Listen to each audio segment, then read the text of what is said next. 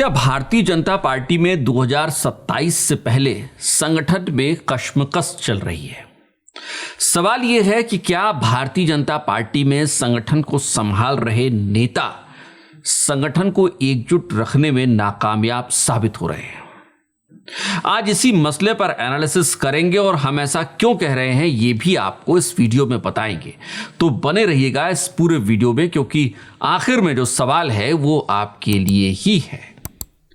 तो नमस्कार, आप देख रहे हैं खबर उत्तराखंड पर पावर सेंटर का शो। मैं हूं आशीष तिवारी। दरअसल हाल ही में एक खबर आई रुद्रप्रयाग से। रुद्रप्रयाग में अगस्त मुनि का जो इलाका है वहां के भारतीय जनता पार्टी के कुछ नेताओं ने इस्तीफा दे दिया अपने जिला अध्यक्ष को। जिन्होंने इस्तीफा दिया उनमें अगर आप देखेंगे तो जो मंडल महामंत्री हैं उन्होंने भी दे दिया, इसके अलावा उपाध्यक्ष उन्होंने भी दे दिया, सोशल मीडिया संभालने वाले जो नेता थे उन्होंने भी दे दिया। अब अगस्त मुनि की ये घटना यूं शुरुआत में देखने पर तो छोटी लगती है। ऐसा लगता है कि चलिए एक मंडल, एक इलाके के कुछ नेताओं ने, 2-3 इलाकों नेताओं ने अगर इस्तीफा दे दिया तो उससे कौन सा बड़ा पहाड़ टूट पड़ता है। इतना बड़ा संगठन है, इतनी बड़ी भाजपा है, तो आखिर कौन सी परेशानी होने वाली है। लेकिन सवाल क्या वाकई में यहां पर खत्म हो जाता है? और तब जब इस सवाल के सिरे कहीं दूर तक चले जाते हैं, और वो दूर कहां है? वो दूर है उधम सिंह नगर से लेकर मसूरी के विधानसभा में लगे, तैयारी में लगे एक नेता तक। ये सारी चीजें जब एक साथ जुड़ती हैं तब ये लगता है कि वाकई में क्या 2027 के लिए भारतीय जनता पार्टी में सब कुछ ठीक ठाक चल रहा है? और रुद्रप्रयाग के अगस्त मुनि से आई ये घटना क्या वाकई में इतनी साधारण है जिसे साधारण बता दिया जाए? ऐसा लगता नहीं है।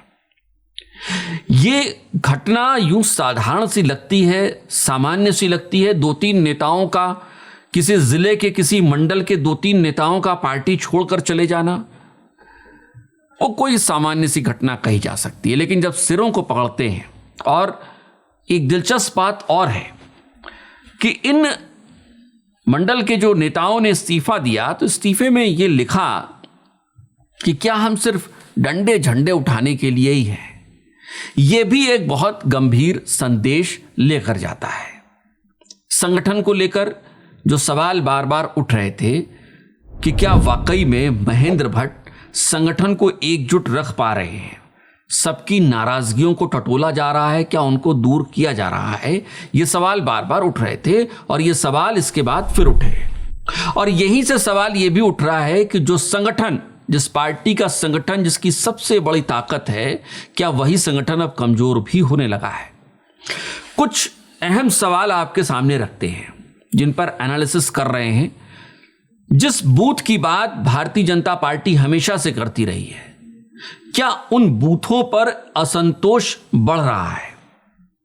क्योंकि जब आप ये कहते हैं कि मंडल स्तर पर अगर 2-3 नेताओं ने इस्तीफा दे दिया तो क्या फर्क पड़ता है, तो भारतीय जनता पार्टी को याद रखना चाहिए कि वो काम बहुत माइक्रो लेवल पर करने का दावा करती है और बूथ स्तर पर करने की बात कहती है, पन्ना प्रमुख बनाती है। और ऐसे में कॉन्ट्राडिक्ट, विरोधाभासी नहीं हो सकती हैं दोनों चीजें कि मंडल स्तर पर अगर कुछ नेता इस्तीफा दें तो उनका जिक्र बहुत सामान्य तरीके से किया जाए और बात बूथ की न की जाए, और दावा किया जाए कि हमने पन्ना प्रमुख बना के अपने संगठन को मजबूत बना रखा है।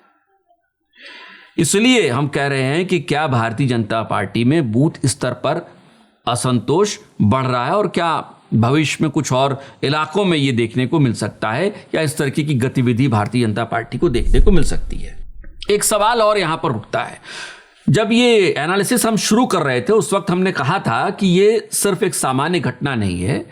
उधम सिंह नगर तक आप जाइए जिसमें अरविंद पांडे की नाराजगी आती है, वहां पर अरविंद पांडे के समर्थक तमाम भारतीय जनता पार्टी के पदाधिकारियों की नाराजगी सामने आती है, 2 गुट हो जाते हैं। और इसके बाद भारतीय जनता पार्टी में आमतौर पर जो अनुशासन होता है उसकी दुहाई बार बार दी जाती है। तो होना तो यही चाहिए था कि महेंद्र भट्ट अगर कह दें कि कोई सोशल मीडिया पर अपने टिकट की दावेदारी नहीं करेगा तो नहीं होना चाहिए था, लेकिन ऐसा तो हो रहा है और महेंद्र भट्ट के कहने के बाद भी हो रहा है। और करने वाले कोई छोटे मोटे नेता भी हैं तो कुछ बड़े नेता भी हैं।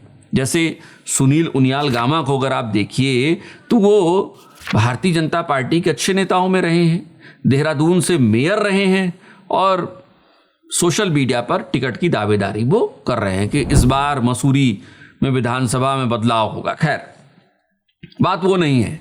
बात ये है कि संगठन में असंतोष और संगठन की लगाम क्या ढीली हो रही है। ये एक अहम सवाल है जो अगस्त मुनि की घटना के बाद से फिर रेलिवेंट हो गया है, मौजूद हो गया है। एक सवाल और है, तीसरी बार आप सत्ता में आने की कोशिश कर रहे हैं, लेकिन आपको भी पता है 2017-2022 2 टर्म की आपके पास एंटी इनकम्बेंसी है और एंटी इनकम्बेंसी उत्तराखंड में बहुत महत्वपूर्ण हो जाती है। उस राज्य में बहुत महत्वपूर्ण हो जाती है जहां पर यह पारंपरिक रूप से रहा है कि हर 5 साल बाद सत्ता बदल जाती है। ठीक है, 2022 में ऐसा नहीं हुआ, लेकिन 2022 में जो नहीं हुआ वो 2027 में भी नहीं होगा, ये कहने की कोई सूरत नहीं नजर आती है। और इसलिए अगस्त मुनि की घटना 2-3 नेताओं का, पदाधिकारियों का, जो ये कहते हुए इस्तीफा दे दें कि झंडे डंडे उठाने के लिए हम सिर्फ हैं क्या, तो इसको बहुत सामान्य नहीं माना जा सकता है। एक सवाल एनालिसिस में हम और इसका जिक्र करना बहुत जरूरी समझते हैं कि स्थानीय स्तर पर नेतृत्व की बात बार बार कही जाती है और दिलचस्प यह है कि इसे रुद्रप्रयाग से भरत चौधरी कैबिनेट में शामिल किए गए। बड़े अप्रत्याशित तरीके से भरत चौधरी कैबिनेट में आए थे, नाम चल नहीं रहा था, लेकिन अचानक भरत चौधरी का नाम जो है रुद्रप्रयाग से आते हैं और उनका नाम कैबिनेट में शामिल हो गया, कैबिनेट मंत्री वो हैं। तो यानी रुद्रप्रयाग जिले से जो नेतृत्व की बात हो रही थी कि भारतीय जनता पार्टी में कैबिनेट में एक नेता यहां का हो, वो तो हो गया, लेकिन इसके बावजूद इलाके के नेताओं में नाराजगी, और ऐसी नाराजगी की संगठन के पदाधिकारी इस्तीफा दे रहे हैं और बाकायदा चिट्ठी लिख रहे हैं कि हम क्या सिर्फ झंडे डंडे उठाने के लिए हैं। तो क्या इसको भी बहुत सामान्य सी घटना मान लिया जाए? ये एक संदेश है, एक अलार्मिंग, एक चेतावनी है संगठन के लिए, भारतीय जनता पार्टी के लिए। क्या हम ये मान सकते हैं कि आपने नेतृत्व भी दे दिया, लेकिन इसके बावजूद संगठन के पदाधिकारियों की नाराजगी कम नहीं हुई है? यानी आपको कुछ और करना था जो संगठन के पदाधिकारियों की नाराजगी को दूर कर पाता, लेकिन शायद आप वो कर नहीं पा रहे हैं। 2027 के लिए भारतीय जनता पार्टी कमर कस रही है और वो पूरी कोशिश कर रही है कि विपक्ष को कोई मुद्दा न दे, लेकिन जब इस तरीके की घटनाएं होती हैं तो यकीनन विपक्ष को मुद्दा तो मिलना तय है। वो अरविंद पांडे की बात करेगी, विपक्ष राजकुमार ठोराल की बात करेगा, विपक्ष अगस्त मुनि में हुई इन घटनाओं का भी जिक्र करेगा। और ऐसे में विपक्ष के पास बैठे बिठाए मुद्दे मिलने जा रहे हैं और भारतीय जनता पार्टी को शायद इसके लिए तैयार होना पड़ेगा।